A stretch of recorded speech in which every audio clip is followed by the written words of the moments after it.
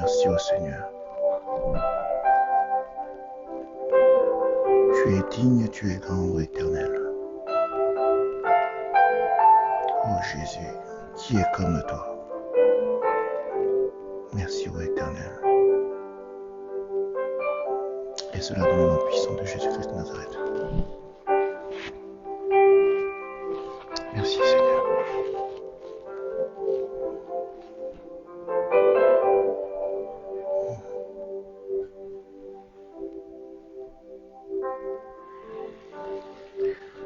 Shalom, shalom, shalom, peuple de Dieu. Shalom, shalom, soyez les bienvenus. Soyez les bienvenus.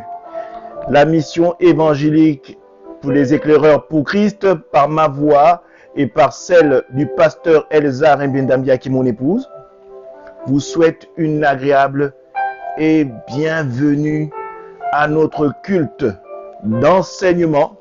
Alléluia. Que le Seigneur vous bénisse. Que le Seigneur vous bénisse. Sans plus tarder, je vais vous inviter à partager. Je vais vous inviter à partager et vraiment que le Seigneur vous bénisse. Que le Seigneur vous bénisse, vous qui nous suivez de là où vous êtes, que ce soit d'Europe, que ce soit d'Afrique, que ce soit d'Asie ou des États-Unis, parce que nous avons de très bons retours. Et où que vous soyez, que le Seigneur vous bénisse. Alléluia. Que le Seigneur vraiment déploie sur vos vies une grandeur incommensurable dans ce que vous désirez au plus profond de vous. Alléluia. Que le Seigneur vous bénisse. Alors, je salue également mon frère Franck Yvon. Sois béni. Alléluia. Mon frère Boudel Bamba, sois béni. Que le Seigneur vous bénisse abondamment. Vous qui faites le sacrifice ultime de venir nous retrouver pour entendre la parole. Alléluia. Que le Seigneur vous bénisse abondamment. Alors, je vous invite à partager dans les différents groupes qui parsèment votre compte Facebook. Alléluia. Que le Seigneur vous bénisse, que vous soyez ceux qui partagent. Alléluia. Que vous soyez ceux qui partagent. Alléluia. Partagez, partagez, taguez un frère, taguez une sœur. Alléluia. Taguez un frère, taguez une sœur. C'est toujours important. Toujours important. Alléluia. Alors, je bénis également tous ceux qui vont nous retrouver par la suite, ou ceux qui verront ce message en différé. Vous aussi également, vous n'êtes pas en reste. Que le Seigneur vous bénisse abondamment. Que le Seigneur déploie sur vos vies une faveur qui soit même une faveur effrayante, tellement elle est bonne et tellement elle est incroyable. Vous voyez, le Seigneur est le Dieu de l'incroyable. Il est le Dieu de l'impossible. Il est le Dieu de ce qui est impossible à l'homme, mais possible à lui-même. Alléluia. Vraiment que le Seigneur vous bénisse. Alléluia. Vraiment, je vous invite à partager. Partager. Nous allons prendre ce petit temps-là pour que vous puissiez prendre et partager. Alléluia. Que le Seigneur vous bénisse. Alléluia. Nous allons prendre ce petit temps-là en attendant que moi-même également je partage, je fasse la même chose que vous. Alléluia. Je vais faire comme vous, je vais partager également. Soyez disposés, soyez disposés. Soyez disposés, soyez disposés. Alléluia. Alléluia. Alors, vraisemblablement, le thème n'a pas été mis. Alléluia. Si, alors.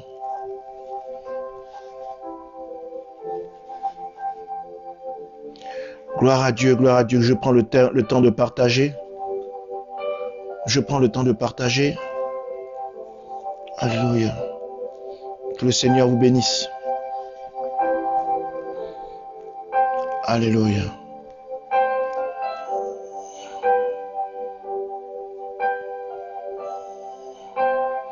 Alors, avant de commencer, avant de faire toute chose, je voudrais que vous puissiez tous être là parce que j'ai envie de vous parler. Enfin, même pas j'ai envie, je dois vous parler. Alléluia. Je dois vous parler d'un livre d'un frère. qui est sorti il y a maintenant une semaine et qui est un livre très édifiant,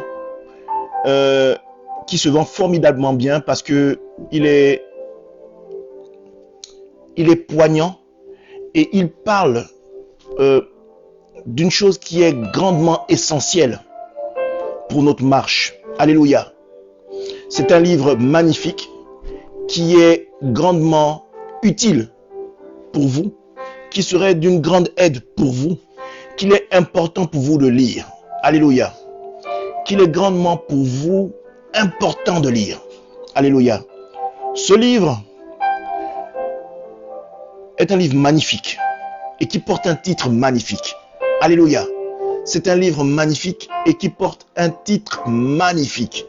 Alléluia. Chers frères et sœurs, ce que je voudrais vous dire, c'est que ce livre est incroyable. C'est pourquoi je vous recommande ce livre du pasteur Amen Époux.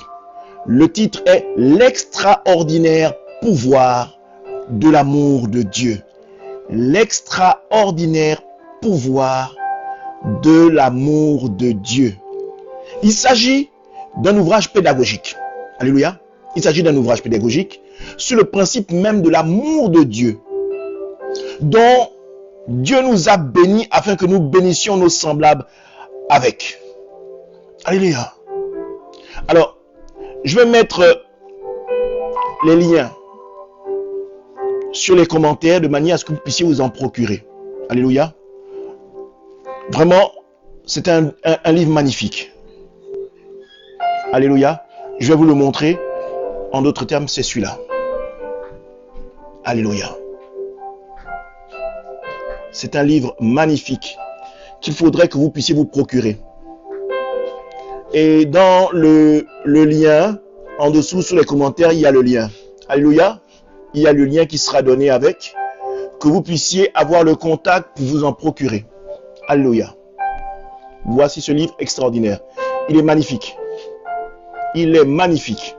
Alléluia, je vous invite à aller le lire et à vous le procurer. C'est un livre magnifique qui, je pense et je crois, va édifier plus d'un et va vous transformer. De manière terrible, va vous transformer parce que vous allez comprendre la grandeur de l'amour de Dieu. Et quand vous comprenez certaines choses que le Seigneur fait pour nous, je peux vous dire, bien aimé, que vous ne serez plus jamais les mêmes. Alléluia. Vous ne serez plus jamais les mêmes. Alors, ce livre, son titre c'est L'extraordinaire pouvoir de l'amour de Dieu par le pasteur Amen Époux. Alléluia. Voilà, vous avez le moyen de vous en procurer, de vous le procurer. Il est disponible dans le lien qui a été posté. Alléluia. Donc, gloire à Dieu, gloire à Dieu. Allez-y, vous le procurez. Allez-y. Regardez sur les liens. Et vraiment, c'est un livre d'une riche édification. Alors, le pasteur Amen Époux est un frère magnifique. Et je bénis le Seigneur parce que le Seigneur le remplit toujours d'une connaissance incroyable de sa parole et d'une traduction particulière. C'est un livre facile à lire, facile à comprendre et dedans, vous allez forcément croître de manière magnifique. Alléluia. Que le Seigneur vous bénisse. Alléluia. Gloire à Dieu. Alors, nous allons, sans plus tarder, après l'exposition de ce livre magnifique que nous vous recommandons, voilà, vraiment, allez vous procurer. Vraiment, nous allons passer ce temps-là pour remercier notre Dieu et à être enseignés. C'est pourquoi, bien aimé, je vous invite à vous disposer. N'oubliez pas de partager, n'oubliez pas de taguer un frère, n'oubliez pas de partager dans les différents groupes qui, par symbole de profil Facebook, que le Seigneur vous bénisse. Alléluia. Alors, nous allons remercier notre Dieu. Nous allons remercier notre Dieu parce que durant cette semaine, il nous a gardés. Durant cette semaine, il a fait une chose magnifique, c'est qu'il a permis que nous puissions nous retrouver dans sa présence aujourd'hui même pour pouvoir célébrer ce jour de sabbat en sa présence.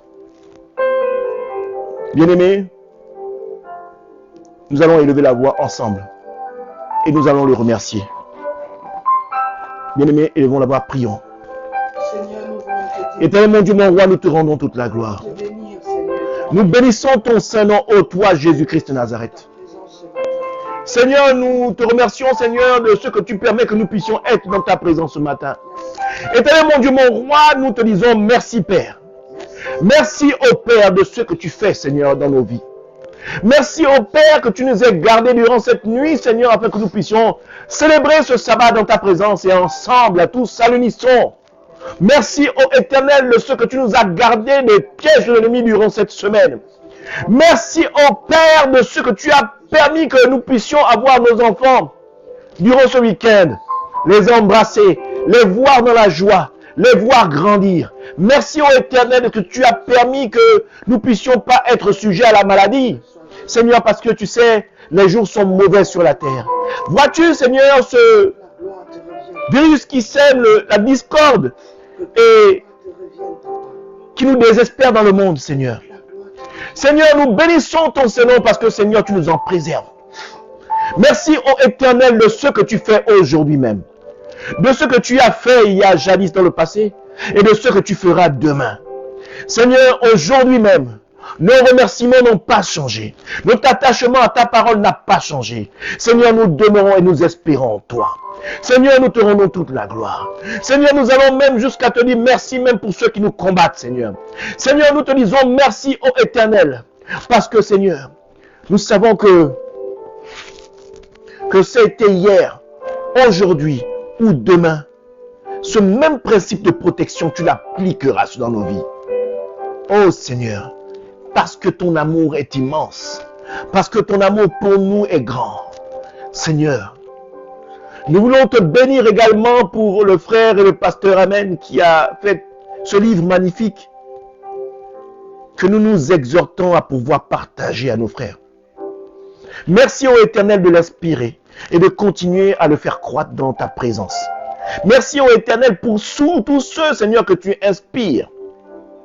Merci ô Éternel de ce que tu sois toujours notre étendard. Et cela dans le nom puissant de Jésus-Christ de Nazareth. Amen. Alléluia, alléluia. Nous rendons gloire à Dieu, nous bénissons le Seigneur parce que nous croyons qu'il va faire quelque chose de magnifique en ce temps de sabbat et pour les jours à venir. Alléluia. Nous allons, sans plus tarder, demander pardon à notre Dieu. Alléluia. Nous allons demander pardon. Parce que la Bible déclare que même si nos péchés sont rouges comme le cramoisi, il est digne et bon pour nous les pardonner. Et nous croyons fermement en cette parole.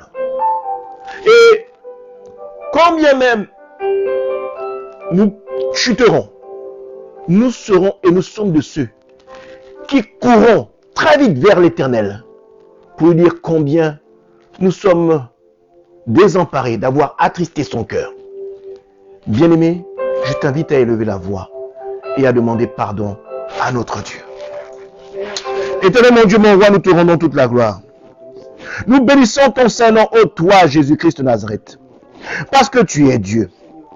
Ô Éternel, à qui irions-nous si ce n'est toi? À qui irions-nous, ô Éternel, si ce n'est toi, Seigneur? Nous voulons demeurer dans ta présence, ô Père. Nous voulons continuer, ô Éternel, mon Dieu, mon roi, à vivre ce que tu as prévu pour nous, Seigneur. C'est pourquoi nous invoquons toi qui es le Dieu de miséricorde. Seigneur, nous t'appelons, Seigneur, à nous sortir des méandres du péché. Nous t'appelons, ô Éternel, à nous sortir des pièges de l'ennemi. Nous t'appelons, ô Éternel, à nous sortir, Seigneur, des choses dans lesquelles nous sommes rentrés. Et, Seigneur, à nous donner la force d'en sortir. Seigneur, nous voulons, ô Éternel, mon Dieu, mon roi, être à ta ressemblance. Nous voulons, ô Éternel, mon Dieu, mon roi, être comme tu le souhaites, être comme tu le désires. Seigneur, nous ne voulons pas, ô Éternel, mon Dieu, mon roi, être de ceux qui sont défaitistes. Mais, mon Dieu, mon roi, plus loin que ça, nous voulons nous écarter de tout ce qui est piège, de tout ce qui est entrave à l'élaboration de ta joie, Seigneur. Seigneur, nous nous repentons d'avoir été des points de chute, des points de perdition pour un frère, des points, ô Éternel, qui nous empêchent de voir ta gloire. Seigneur, nous voulons te rendre toute la gloire. Bénir ton saint nom, parce que nous croyons, ô Éternel, que tu es Dieu, que tu es celui qui bénit, que tu es celui qui fait croître. Nous croyons, ô Éternel, que tu es le seul qui soit digne d'être célébré, d'avoir la miséricorde complète pour nos âmes. Nous croyons, ô Éternel, que tu es digne d'être magnifié. Père, pardonne-nous nos offenses, comme nous pardonnons aussi à ceux qui nous ont offensés. Seigneur, donne-nous la possibilité d'être comme tu veux que nous soyons. Seigneur, donne-nous la possibilité de pouvoir être de parfaits imitateurs de ton œuvre. Seigneur, merci pour ton pardon.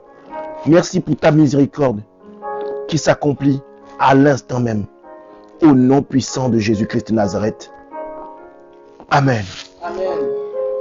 Voici, bien-aimés, nous allons passer à la troisième étape qui est celle d'inviter le sang de Christ sur nos vies afin que nous puissions, au travers de ce sang, effacer, pas couvrir, effacer le péché, effacer nos transgressions, effacer tout ce qui nous empêche de voir réellement la gloire de Dieu. Bien-aimés, nous allons élever la voix parce que la Bible déclare que sans effusion de sang, le pardon ne peut pas être effectif dans nos vies. Alléluia. Amen. Bien-aimés, nous allons élever la voix. Père, nous voulons te bénir, Papa. Éternel mon Dieu, mon roi, Nous voulons, Père, éternel mon Dieu, nous voulons te rendre la gloire. merci pour ton sang, Seigneur. Seigneur, nous voulons, Qui a coulé à Golgotha. ô Éternel mon Dieu, mon roi, être de ceux qui sont dignes de pouvoir marcher avec toi. Nous voulons être de ceux qui soient dignes de pouvoir, ô Éternel, être agréable à toi. Nous voulons être de ceux qui sont dignes, qui vivent la vie Zoé. Nous voulons être de ceux qui soient dignes et de ceux qui procurent de la joie à ton cœur. Seigneur, fais pleuvoir sur nos vies ton sang qui nous lave de toute oppression. Fais pleuvoir sur nos vies ton sang qui nous lave de toute imprécation verbale sur nos vies. Seigneur, fais pleuvoir sur nos vies ton sang précieux qui détruit toute imprécation, toute parole de malédiction, toute chaîne, tout lien familiaux qui nous empêche de pouvoir te voir réellement tel que tu es. Merci, ô Éternel, parce que ton sang nous réconcilie avec toi. Merci, ô Éternel, parce que ton sang nous restaure. Merci, ô Éternel, parce que ton sang nous redonne vie. Merci, ô Éternel, parce que ton sang nous permet de pouvoir accéder à notre vraie identité. Merci, ô Éternel, parce que ton sang brise toute chaîne qui nous retenait prisonniers. Merci, ô Éternel, parce que ton sang brise les prisons dans lesquelles nous étions enfermés. Merci, ô Éternel, parce que ton sang nous élève. Ton sang nous redonne vie. Ton sang, ô Éternel mon Dieu, nous réhabille de vêtements célestes, magnifiques, éclatants, qui revêtent ta gloire et qui nous rend éligibles à pouvoir accéder au banquet du roi qui est destiné pour nous. Et cela dans le nom puissant de Jésus-Christ de Nazareth. Que le peuple déclare un Amen. Amen. Amen. Nous allons inviter l'Esprit de Dieu. Avant de commencer notre message, nous allons inviter l'Esprit de Dieu à prendre le contrôle de ce moment que nous allons partager ensemble. Alléluia. Amen.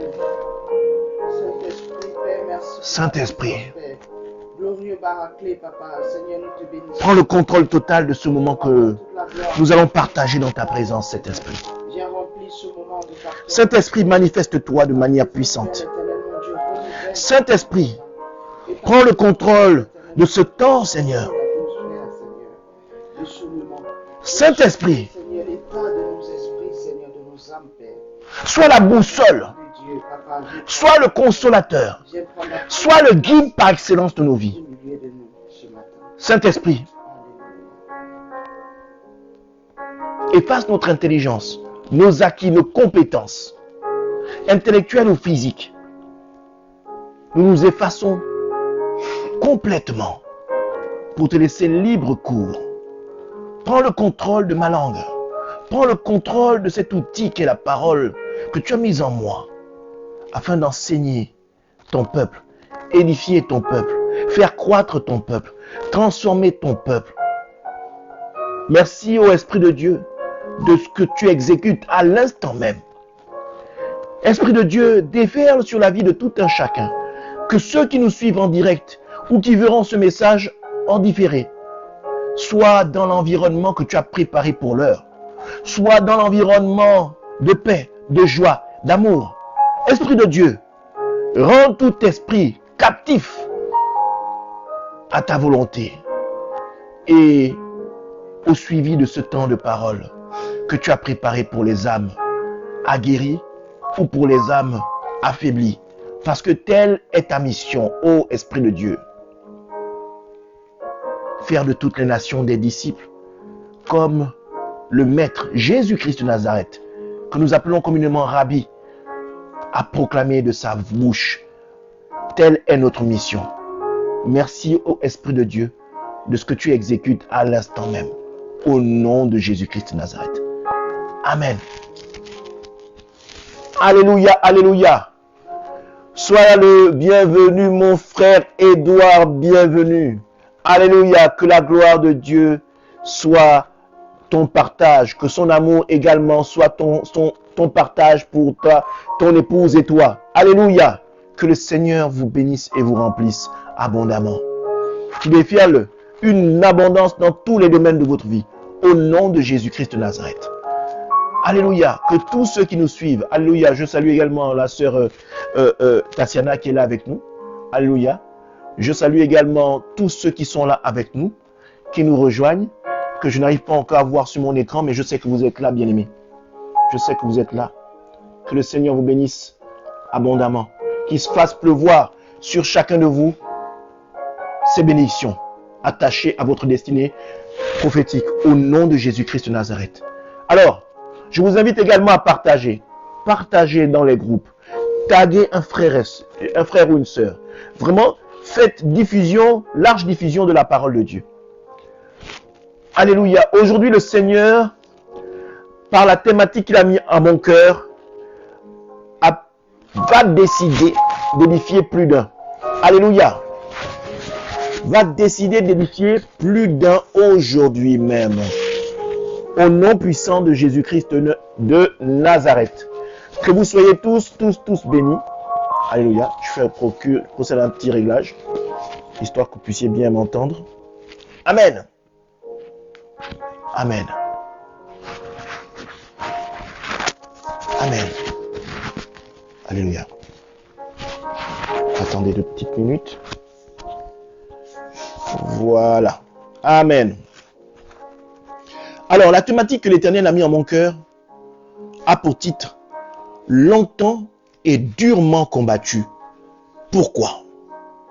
Longtemps et durement combattu.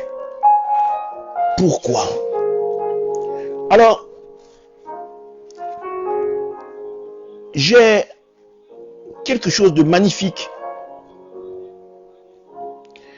que le Seigneur m'a permis de voir, et ça a été au travers cette semaine de mon frère, le pasteur Amen Époux. Franchement, le pasteur Amen Époux, que le Seigneur te bénisse. Et c'est une phrase qui a été magnifique, qui a touché mon cœur, et que le Seigneur m'a permis de voir parce que c'est une phrase qui est en accord avec le message que je veux partager avec vous aujourd'hui. Alléluia. Je vais lire cette parole. Vraiment, le pasteur Amen Époux, que le Seigneur continue de t'inspirer. Je vais lire cette parole.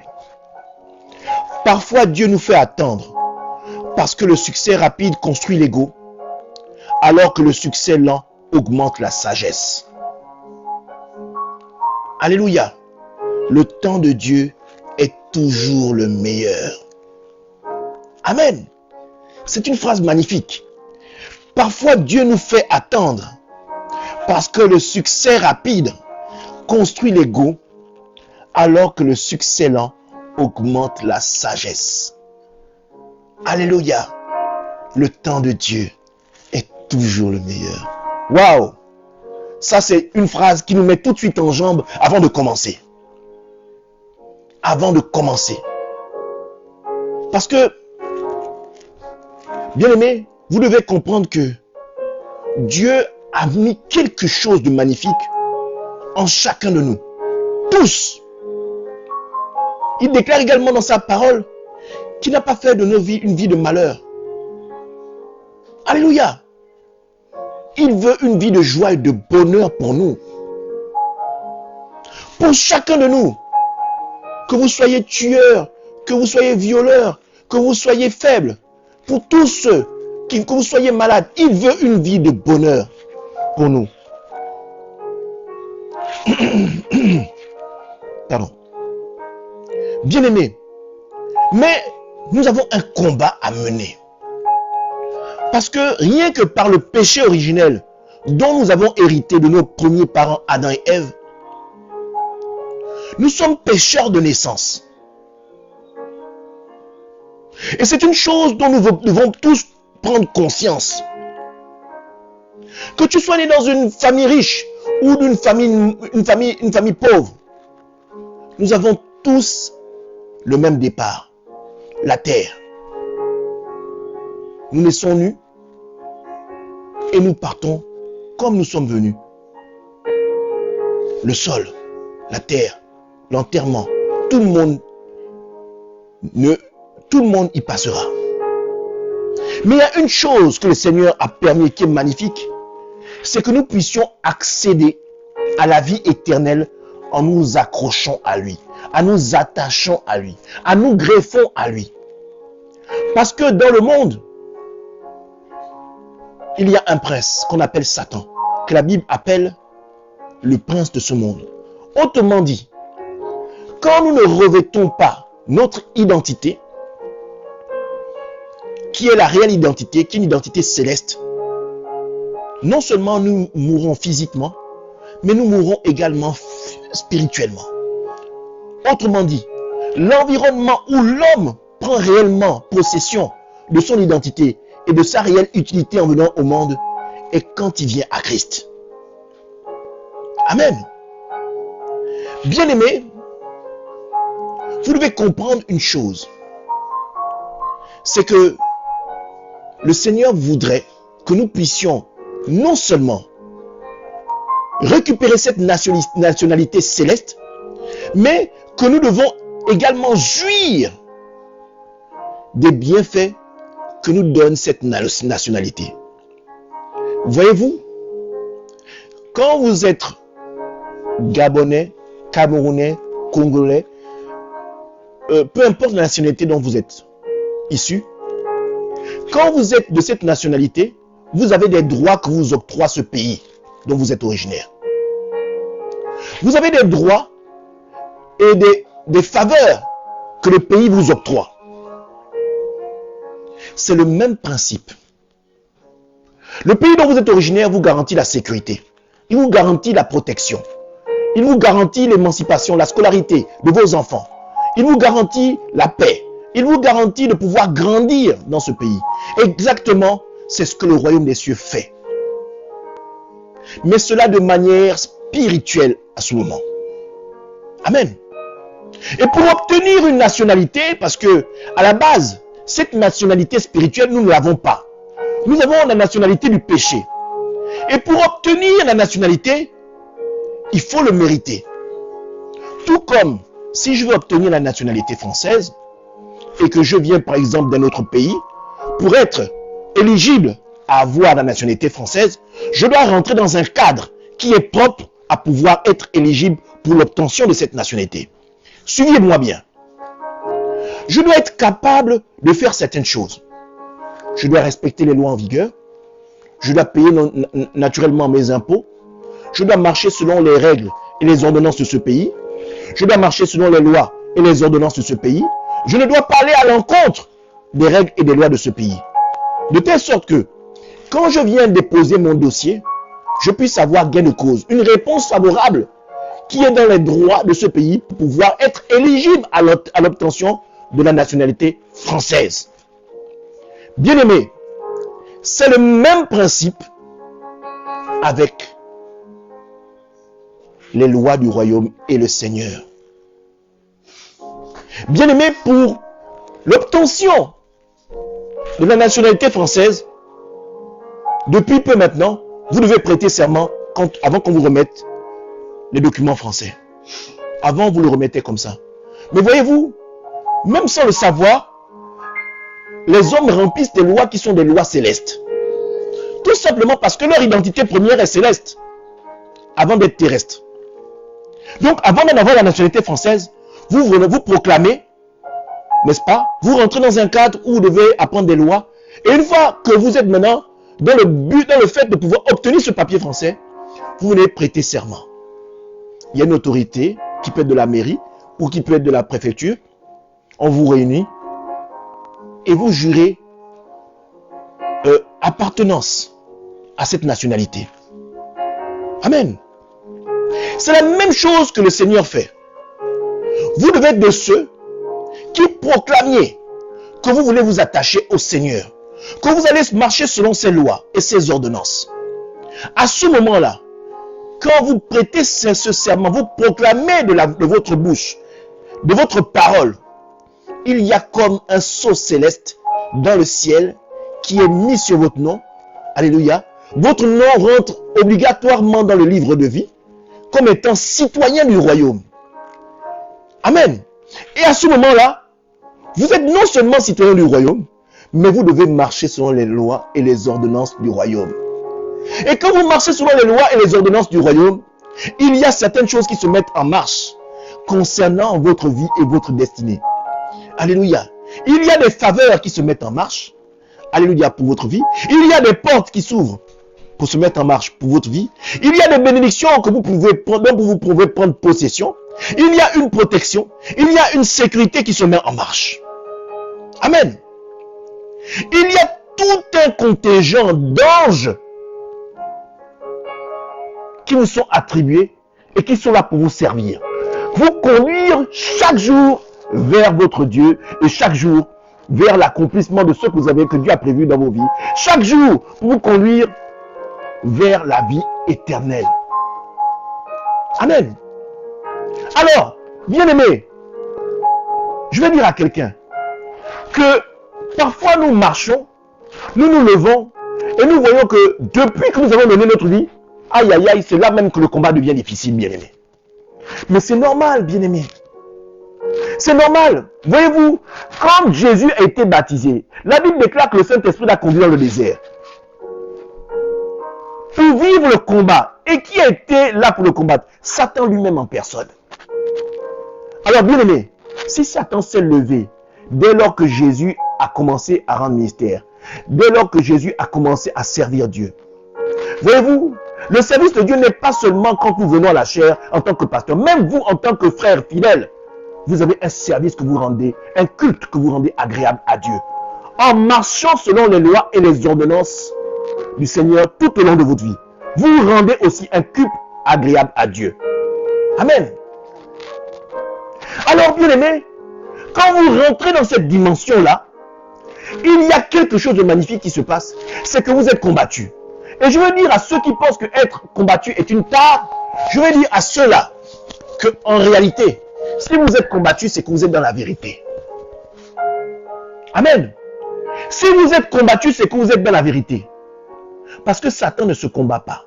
Parce que dès lors que vous êtes toujours dans le monde, il y a comme un endormissement spirituel. Satan aime que vous soyez loin de la lumière de Dieu. Satan aime que vous soyez dans le sommeil. Satan aime que vous soyez conduit par les lois du monde. Parce qu'il sait que, en restant dans les lois du monde, vous êtes perdu. Amen. Satan aime cette disposition-là. Satan veut que vous soyez toujours dans le déni que Dieu existe, toujours dans l'atmosphère du monde, l'atmosphère qui est l'obscurité qui nous éloigne à chaque jour de la lumière de Dieu. Il aime ça. Alors, dès lors que vous compreniez, vous commencez à comprendre certaines choses, il se met dans une colère énorme. Et à ce moment-là, vous allez comprendre que l'ennemi va se lever comme jamais il ne s'est levé dans votre vie pour commencer à vous combattre. L'on se met à vous combattre durement et longtemps. 1. Pour vous faire perdre pied. 2. Pour vous faire croire que ça n'existe pas, que Dieu n'existe pas. Et 3. Pour vous ramener à lui. Amen. Donc, bien-aimés, si Jésus a été combattu, pourquoi vous ne le seriez pas vous? La chose est simple, bien-aimés. Comprenez certains principes. Comprenez que si vous êtes combattu, c'est que il y a une lumière en vous. Il y a une étoile en vous. Et je veux dire à quelqu'un, vous qui m'écoutez en direct ou en différé, que l'acharnement que Satan met sur vos vies à vous combattre longtemps et durement est à la hauteur de la chose à laquelle Dieu vous attend. Est à la hauteur de ce que Dieu a prévu comme bénédiction. Aussi longtemps que Dieu le combat, aussi durement qu'il vous combat, sachez que Dieu a mis une étoile plus qu'éclatante en vous. Et ce n'est que quand vous marchez avec le Seigneur, vous persévérez avec le Seigneur, que vous allez prendre conscience de la mission, de la grosse étoile scintillante qui est en vous, de la mission que Dieu a mis en vous au travers de la destinée prophétique qu'il a établie sur vos vies. Vous allez comprendre l'acharnement de Satan. Mais ces choses-là, vous ne pourrez le comprendre qu'en marchant avec le Seigneur, que ce soit dans la joie ou l'adversité. Bien-aimé, parfois on s'étonne d'être combattu, mais je vais dire à quelqu'un que moi, quand je suis combattu, ou que le pasteur et les accompagnes sont combattus, nous éprouvons pas de la tristesse, mais une joie immense. Parce que chaque jour, dans le combat que l'ennemi met au-devant de nous, en fait, il confirme une chose. Le grand appel et la grande mission que Dieu a mis en nous. Nous voyons des bribes de cet appel. Mais nous ne voyons pas encore l'étendue. Et c'est en persévérant dans l'attachement à Dieu que chaque jour le Seigneur va se révéler à nous. Va nous montrer l'étendue et la grandeur de la mission. Et bien aimé, c'est en cela que vous devez comprendre que si vous êtes combattu, dans ce temps-là et ce moment-là, au lieu de pleurer, au lieu de vous lamenter, au lieu de vous plaindre, soyez dans la joie.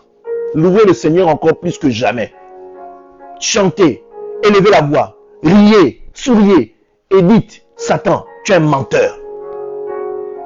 Je sais que au travers de ce combat que tu dresses devant moi, tu veux m'empêcher de voir ce que Dieu a mis pour moi. Alléluia. Je voudrais que nous puissions aller dans un verset pour que vous puissiez comprendre ce que je veux faire. J'essaie de vous dire, bien aimé. Alléluia.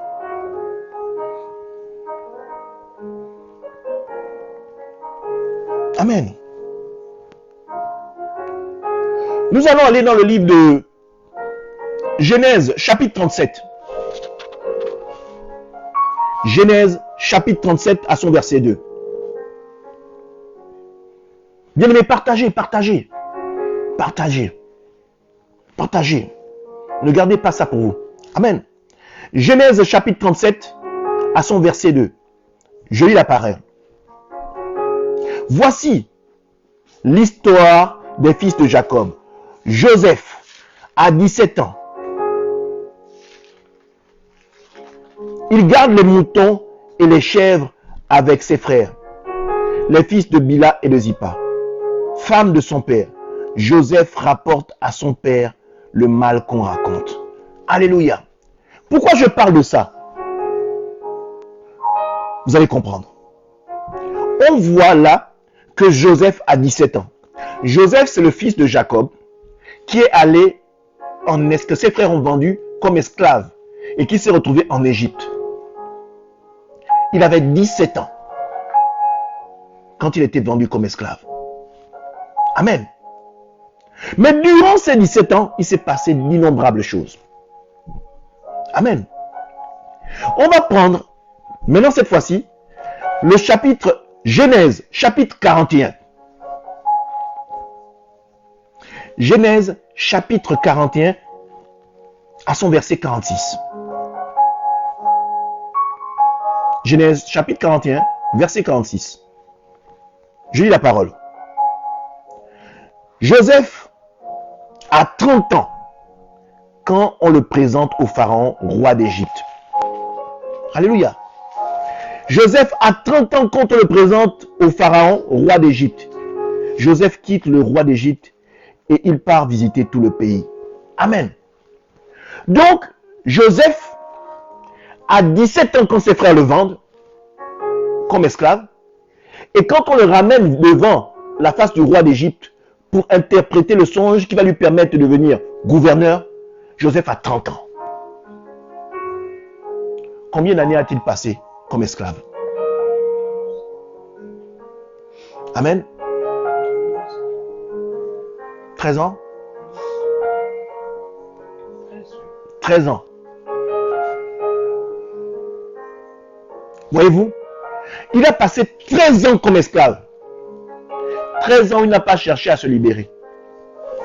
13 ans, il n'a pas cherché à profiter pour sa vie. Parce que les occasions étaient belles. Les occasions étaient nombreuses. Mais en 13 ans, Joseph n'a pas cherché à bafouer son intégrité et à bafouer l'alliance que Dieu avait avec lui et sa famille. Amen. Pendant 13 ans, Joseph est resté intègre. Pendant 13 ans, Joseph est resté juste. Pendant 13 ans, son cœur a toujours voué une adoration à Dieu. Amen. Bien-aimé, tu es 13 ans esclave pour quelqu'un. Tu es capable de supporter? Bien-aimé, je voudrais que tu te poses la question. Toi aujourd'hui, là, tu es oppressé. Parce que tu vois que non, le combat là qui est sur ta vie, là, ça dure trop longtemps. Tu es toujours en train de ruminer. Tu es toujours en train de te plaindre. Bien-aimé, je voudrais qu'aujourd'hui tu comprennes qu'il est temps que tu changes de dimension. Au lieu de te plaindre, au lieu de geindre en toi-même, sois serein, sois intègre, sois juste et continue à manifester les lois et les ordonnances de Dieu. Parce que quand il était chez Potiphar, Joseph, alléluia, Genèse 39, Genèse chapitre 39, vous allez comprendre. Genèse chapitre 39 à son verset 9. On parle de Joseph dans la maison de Potiphar. Écoutez bien. Dans cette maison, il n'a pas plus de pouvoir que moi. C'est Joseph qui parle à la femme de Potiphar. C'est-à-dire que quand Joseph est rentré dans la maison de Potiphar, Potiphar lui a donné des pouvoirs et la gérance de sa maison. Autrement dit, Joseph pouvait disposer de tout quand il voulait à n'importe quel moment. Mais Joseph restait juste quant à ce que Potiphar lui avait donné comme droit d'exécution sur la maison, sa maison. Alléluia. Donc je lis la parole. Dans cette maison, il n'a pas plus pouvoir, il n'a pas plus grand pouvoir que moi. Il ne m'a rien interdit, sauf de te toucher. Là, il parle à la femme de Potiphar. Parce que tu es sa femme. Alors, comment est-ce que je peux faire un acte aussi grave et pécher contre Dieu? Alléluia. À ce moment-là, Joseph ne parle même plus de péché contre son maître. Il parle de péché contre Dieu qui est plus grand que son maître. Dans sa condition d'esclave, il aurait eu tous les moyens de céder. Mais bien aimé, si tu étais dans la position de Potiphar, tu aurais fait quoi? De Joseph, autant pour moi. Tu aurais fait quoi? Mon homme serait tombé pour attirer les faveurs de la femme de Potiphar encore de grandir. Mon homme serait tombé. Bien aimé. Si Dieu te donne un prix, je veux dire à parler à quelqu'un. Vous êtes combattu durement et depuis longtemps. Bien-aimé, quand Satan vient vers vous, il vous donne toujours quelque chose, il vous propose, il y a toujours des affaires alléchantes qui se disposent devant vous. Mais bien-aimé, comprenez, si Dieu vous donne, je prends un exemple, si Satan vous donne 10 000 euros, c'est qu'en réalité, vous valez peut-être 100 fois ce qu'il vous donne. Amen. Comprenez. Cela veut dire quoi? Ça veut dire que si vous vous laissez conduire par Dieu, vous aurez 10 000 fois la proposition qui vous est faite par Satan. Amen. Voyez-vous, la proposition que la femme de Potiphar a faite à Joseph, en réalité, n'était pas la femme de Potiphar, mais c'était Satan caché derrière la femme de Potiphar. Et si Joseph était tombé, il n'aurait pas eu le poste de gouverneur qu'il a eu à la fin. Il n'aurait pas eu toutes les faveurs qu'il a eues à la fin. Voyez-vous comment l'ennemi est malin pour vous perdre et vous proposer des choses qui sont largement en dessous de ce que Dieu vous réserve. Amen. Au verset 10, il dit ceci. Tous les jours, la femme de Potiphar demande à Joseph de venir dans son lit et de s'unir à elle. Mais Joseph ne l'écoute pas. Voyez-vous combien c'était grand? Donc, Joseph était limite harcelé sexuellement. C'était un harcèlement sexuel. Est-ce que si une faveur comme ça, satanique, se met devant vous, allez-vous être capable de supporter? Tous les jours, la proposition vient. Mais bien aimé, ayez le discernement. Si l'ennemi se lève comme ça sur vos vies, tous les jours, de manière acharnée et durement, pour vous faire une proposition indécente, c'est qu'il est conscient que ce que Dieu a mis au fond de vous, l'étoile que Dieu a disposée en vous, est 10 000 fois plus grand que la proposition qu'il vous fait. Amen. Donc, bien aimé, demeurez intègre. L'intégrité, c'est une sagesse. Et la Bible déclare que la crainte de Dieu, c'est le commencement de la sagesse. Amen. Ayez le discernement pour comprendre que, non, bien aimé, Satan veut vous perdre. Et il va user de moyens grandioses. Des choses qui vous font réussir tout de suite. Comme disait le pasteur Amen Époux, être béni rapidement renforce l'ego. Mais être béni de manière lente vous remplit et vous fait croître en sagesse. Autrement dit, attendez toujours le temps de Dieu, car le temps de Dieu est le meilleur. Amen. Bien-aimé, durant 13 ans, Joseph est resté esclave, attaché toujours à Dieu. Durant 13 ans, il ne s'est pas compromis. Durant 13 ans, en tant qu'esclave, il a toujours été juste. Et la Bible déclare que Dieu était avec lui. Autrement dit, quand vous restez intègre, vous restez juste, vous restez droit, et que vous bénissez le Seigneur chaque jour, même dans le malheur, même dans la difficulté, bien aimé, le Seigneur est toujours avec vous. Et dans ce temps-là, que vous êtes durement et longtemps combattu, le Seigneur vous fait grandir en sagesse. Le Seigneur vous transforme. Le Seigneur vous fait croître spirituellement dans sa présence. Parce qu'en fait, il est en train de vous enseigner. Il est en train de vous permettre de pouvoir être capable de pouvoir être le grand bénéficiaire de la bénédiction qui est attribuée pour vous dans le ciel. Que vous ne voyez peut-être pas, mais quand le Seigneur va faire tomber ça sur vous, vous aurez les mains et les compétences pour le tenir et de ne pas perdre. Parce que si vous n'avez pas les compétences pour garder la bénédiction de Dieu, vous allez faire des carnages, vous allez détruire bon nombre de personnes. Et non seulement, vous allez détruire pas mal de personnes, vous allez être vous-même le premier à vous auto-détruire. Amen. Le temps de Dieu est le meilleur. Bien-aimés, pour étayer ceci, je voudrais que nous puissions aller dans le livre de Marc. Marc chapitre 5.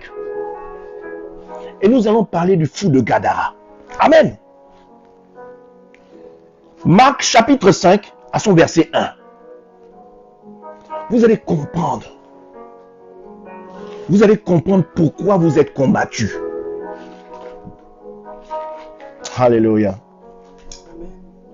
Je t'aime, tu le sais. Tu es mon yaya. Mais mon cœur bouillonne d'amour pour toi. Tu es mon yaya. Alléluia. Gloire à Dieu, gloire à Dieu. Marc chapitre 5, verset 1.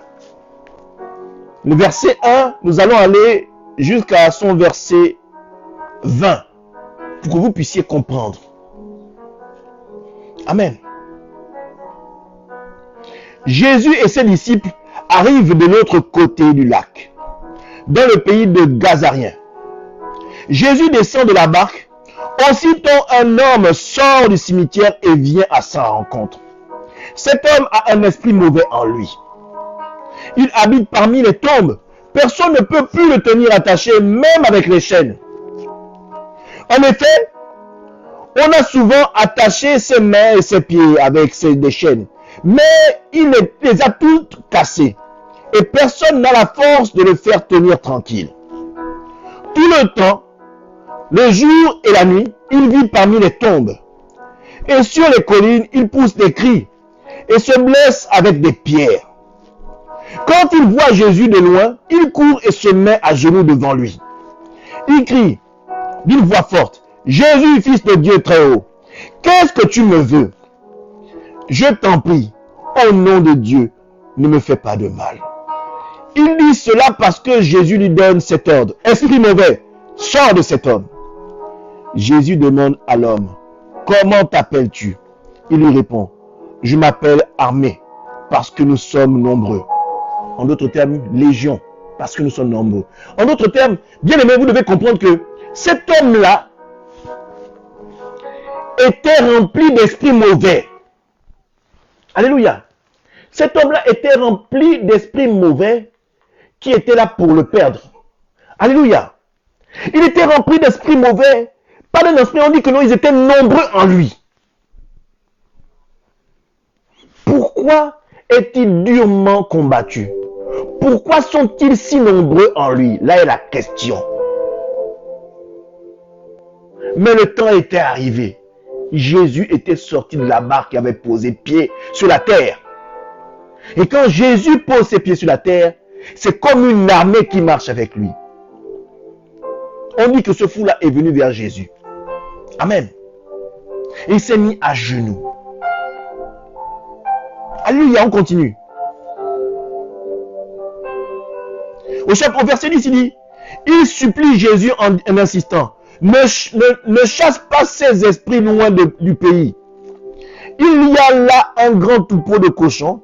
Ils cherchent leur nourriture près de la colline.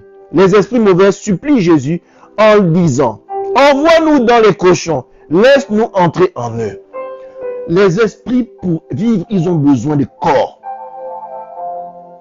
Ils prennent leur essence en habitant dans nos corps. Parfois, vous ne pouvez pas rencontrer une sœur. Vous n'allez pas comprendre ce qu'on appelle en français. Elle est une nymphomane, elle couche avec les hommes partout. Elle n'est jamais son désir insatiable. Ce sont des esprits. Vous allez voir quelqu'un, il vole, vous ne comprenez pas. Même une tétine de bébé, il vole, il est malade, il vole.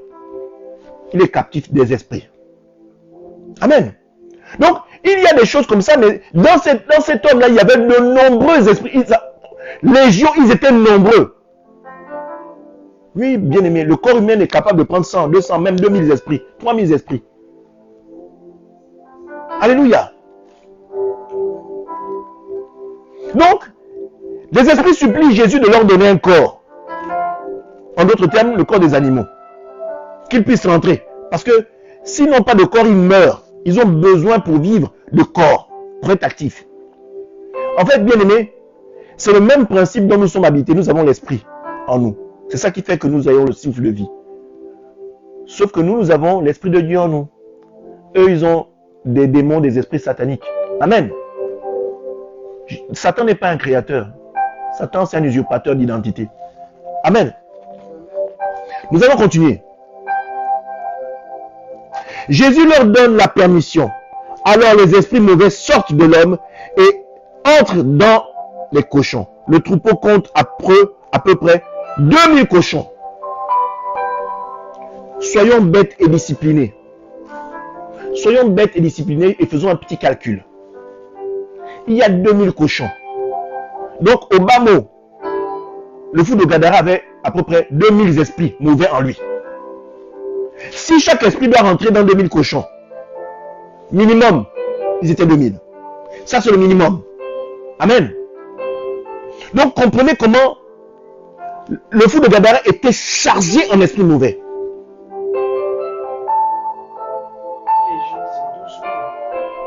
Il était chargé en esprit mauvais. Donc, quand la parole de Dieu nous parle de 2000 cochons, c'est que vous ayez à peu près un chiffre exact sur le nombre, à peu près un chiffre, enfin, environnement de combien d'esprits le fou de Gadara dont il pouvait être chargé. Amen. Bien aimé, partagez parce que ce message-là ne doit pas être seulement pour vous, il doit être aussi pour d'autres personnes. Amen. Ils se précipitent tous du haut de la pente dans le lac et se noient. En d'autres termes, Jésus a été sage. Il a permis que les esprits sortent de l'homme pour aller dans les 2000 cochons qui, eux, devaient se jeter dans le lac et devaient mourir. Donc, en d'autres termes, les 2000 esprits minimum sont morts par la mort des 2000 cochons. Amen. Jésus agit avec sagesse pour permettre aux esprits nombreux là de sortir du corps. Bien aimé, parfois quand nous faisons des combats spirituels, ce n'est pas parce que nous élevons la voix. Il faut que Dieu nous donne la stratégie nécessaire pour chercher les mauvais esprits de notre corps. Amen, amen, amen. Donc ce n'est pas par la force de l'homme de Dieu. C'est par la disposition et les ordonnances que Dieu donne à l'homme de Dieu ou à la servante de Dieu pour vous permettre de chasser les esprits du corps de quelqu'un. Parce que les gens font parfois des retraites spirituelles ou des moments de délivrance pour faire chasser les esprits. Ils font ça par leur propre volonté. Ils se disent que non, c'est un rituel répétitif qu'on doit... non. L'Esprit de Dieu en vous doit vous donner la manière palpable de pouvoir chasser les esprits. Amen. Il doit vous donner l'ordonnance, le mode operandus pour pouvoir chasser les esprits. Voyez-vous comme Jésus lui-même a fait preuve de sagesse pour que les esprits sortent. Et en d'autres termes, ils sont sortis, ça se met dans les porceaux, et tout de suite après, ils ont été jetés dans les précipices et tombés dans l'eau. Amen. Et se sont tous noyés. C'est une chose de comprendre, de lire la parole, mais c'en est une chose d'avoir le réel réma. Amen. Les gardiens, au verset 14, les gardiens du troupeau partent en courant. Ils vont raconter la nouvelle dans la ville et dans le village. Les gens viennent voir ce qui s'est passé. Verset 15. Ils arrivent auprès de Jésus et voient l'homme qui avait des esprits mauvais. Il est assis. Maintenant, il porte des vêtements. Il est normal. Alors les gens ont peur. Bien aimé, quand la délivrance opère, les gens ont peur parce qu'ils ne savent pas. Mais qu'est-ce qui s'est passé? La gloire de Dieu est effrayante. Elle est effrayante parce que c'est toujours une délivrance illogique. Quand Dieu vous bénit, ça peut rendre les gens fous. De telle sorte que les gens qui vous suivent peuvent se laisser guider à n'importe quel sujet pour voir. Il laisse libre cours à votre imagination. Qu'est-ce qui s'est passé? Pourquoi le frère et la soeur maintenant, il brille comme ça? Pourquoi il perce? Non, c'est sûr qu'il a vendu un parent. Non, peut-être qu'il a fait un sacrifice. Non, il a vendu quelqu'un pour... Non. Le premier à être effrayé, c'est même parfois vous. Parce que quand les bénédictions arrivent, vous n'y croyez pas. La bénédiction du Seigneur est effrayante. Parce qu'elle est impossible à l'homme. Aucun homme n'est capable de bénir comme Jésus a béni le fou de Gadara. Amen.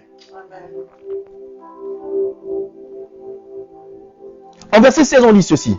Ceux qui ont tout vu racontent aux autres, et ce qui est arrivé à l'homme, aux esprits mauvais, et à ce qui est arrivé aux cochons. Les gens se mettent à supplier Jésus en disant, quitte notre pays. Les gens ont peur. Bien aimé, parce que parfois, quand vous êtes béni comme ça, vous devenez quelqu'un d'incompris. Les gens ont peur parce qu'ils ne comprennent pas. L'homme a peur de ceux qui ne comprennent pas, de ceux qui ne peuvent pas expliquer. Alléluia. Jésus monte dans la barque. L'homme qui avait les esprits mauvais lui demande, s'il te plaît, je veux rester avec toi. Amen. On continue. Au verset 19, Jésus n'accepte pas, mais lui dit, retourne chez toi, dans ta famille, raconte tout ce que le Seigneur a fait pour toi et comment il a eu pitié de toi. Alléluia. Le Seigneur lui donnait l'ordre de mission. Qu'il aille parler de lui dans sa famille. Que sa famille soit les premiers à voir ce que Dieu a fait dans sa vie. Qu'il leur raconte combien les hommes et sa propre famille était impossible de le soigner. Mais il y a eu un homme, en la qualité de Jésus qui est Dieu, qui est arrivé. Le seul à lui donner la guérison. Le seul à le délivrer de tous ses esprits. Le seul à faire de lui une personne exceptionnelle.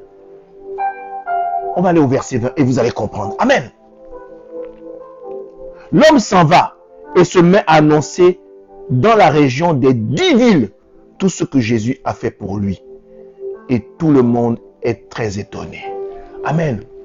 En fait, bien aimé, ce fou de Gadara était un serviteur de Dieu. C'était un homme de Dieu qui devait avoir un grand impact. Mais dans l'impact qu'il avait, Satan savait qu'il y avait quelque chose de grand. Il y avait une étoile grande en lui. Mais il ne connaissait pas l'étendue de la mission de cette étoile. Amen. Donc, qu'est-ce que Satan a fait? Satan a mis le paquet. Il a mis plus de 2000 esprits dans cette personne pour empêcher cet homme-là, ce fou de Gadara, de rentrer pleinement dans la mission que Dieu avait déployée dans la vie de cet homme. Dans d'autres versions, on parle de décapole. La décapole, c'est déca, c'est 10. 10 villes. Donc cet homme devait impacter 10 villes, vous imaginez? Dans chaque ville, il y a à peu près combien d'habitants? Nous ne savons pas. Mais au travers des 10 villes où cet homme est passé, il est sûr et certain qu'il a ramené beaucoup d'âmes à Christ. Voyez-vous, j'aime à dire que la durée et la grandeur de votre pression est à la hauteur de la tâche à laquelle le Seigneur vous a assigné.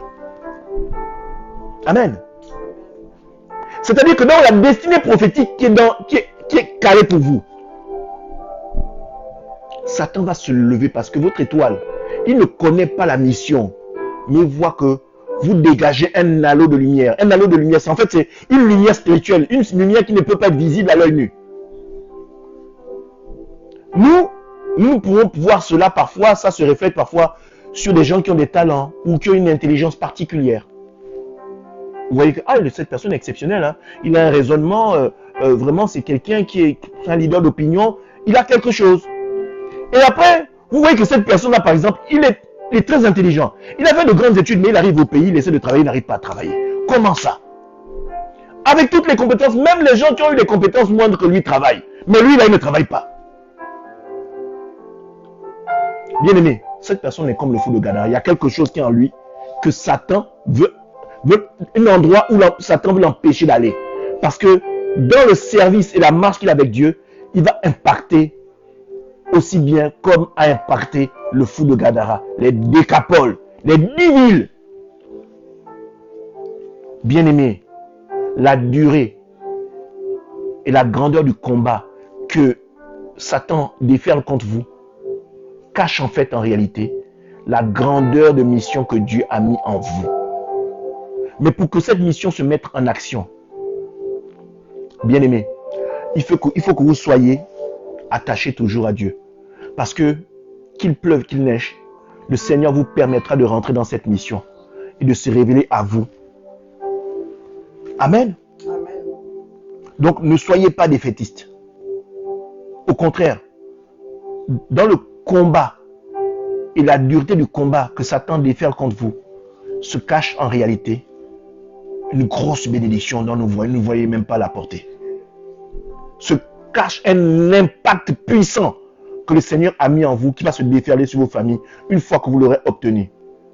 Mais bien aimés, pour que cette mission-là vous soit révélée, il va falloir marcher de manière intègre. Il va falloir marcher de manière juste. Il va falloir marcher de manière à avoir une foi inébranlable avec le Seigneur. Et chaque jour que Dieu fait, il va se révéler à vous petit à petit. Petit à petit. Que vous soyez armés de sagesse, prêts à recevoir cette bénédiction. Amen. Donc, c'est une parole qui s'adresse à ceux qui sont peut-être en proie au découragement actuellement, qui se disent non, ça fait 10 ans, je n'en peux plus. Bien-aimé, lève-toi, accroche-toi à Dieu, loue le Seigneur encore plus que jamais, chante des louanges et d'adoration, sois dans la joie même quand ils te combattent. Et surtout, dans ta vie, n'oublie pas de faire toujours le service à Dieu. Marche selon les lois et les ordonnances. Ne laisse pas Satan te corrompre. Et pour toi, qui est dans le malheur et qui s'est laissé corrompre par le malin, cours pour aller te repentir devant la face de Dieu. Cours pour demander à ce que le Seigneur te permette de te ramener à lui. Va t'incliner devant. Fais comme David. Couche-toi à plat ventre. Roule-toi sur le sol. Mais montre au Seigneur que tu veux revenir dans sa présence. Amen. Et pour toi qui n'es pas encore avisé, que cet enseignement te permette de pouvoir être capable de voir les vices et l'ennemi venir de manière subtile pour te perdre. Que tu demandes à Dieu de te donner le discernement pour voir Satan arriver. Et qu'au moment où tu le vois arriver, lève-toi dans la prière et chasse-le loin de toi. Au nom de Jésus-Christ de Nazareth. Amen. Amen. Je suis le pasteur Alain Joël Rembenambia et le pasteur Elsa est à mes côtés pour vous souhaiter un excellent week-end et un excellent début de semaine. Alléluia. Dans cela, n'oublions pas, j'ai laissé dans les commentaires et dans l'intitulé du message, n'est-ce pas, à l'onglet Info, les moyens de pouvoir vous procurer le livre du pasteur Amen Époux. Alléluia. Le livre du pasteur Amen Époux qui a pour titre L'extraordinaire amour, l'extraordinaire pouvoir de l'amour de Dieu, autant pour moi. L'extraordinaire pouvoir de l'amour de Dieu. C'est soit dans la lignée des textes, des commentaires, soit dans l'intitulé, à l'onglet Info. Il y a tous les coordonnées, le site internet, tous les liens pour pouvoir vous procurer le livre. C'est un livre magnifique. Je vous exhorte tous à aller le lire. Moi, personnellement, c'est un livre que je vais me procurer cette semaine. Mais de ce que j'ai pu lire, bien aimé, waouh, waouh. Je vous recommande ce livre. Amen. Donc, c'est le livre du pasteur Amen Époux, l'extraordinaire pouvoir de l'amour de Dieu. Amen. Alors, je vous exhorte également, si vous le pouvez, soutenir le ministère. Tout est également dans l'intitulé de la thématique. Nous sommes disponibles sur Instagram, nous sommes disponibles sur YouTube et là où vous nous suivez, nous sommes également disponibles depuis peu sur TikTok. Alléluia. Donc nous sommes disponibles également sur TikTok. Donc allez-y, partagez, abonnez-vous aux différents liens où l'Assemblée fait le travail de l'Évangile. Soyez de ceux qui nous soutiennent pour pouvoir permettre de pouvoir faire au mieux l'œuvre. D'ici peu de temps, nous aurons la salle. À nouveau, le Seigneur nous a permis d'avoir à nouveau la salle. Et nous aurons besoin de votre soutien pour nous permettre de pouvoir œuvrer pour le Seigneur. Donc vraiment que le Seigneur vous bénisse et qu'il mette en vos cœurs l'envie de soutenir, le désir profond de soutenir l'œuvre de Dieu. Que le Seigneur vous bénisse. Nous vous souhaitons un excellent dimanche et un excellent début de semaine. Gloire à Dieu et bénédiction certaine sur vos vies au nom de Jésus-Christ de Nazareth. Amen. Amen.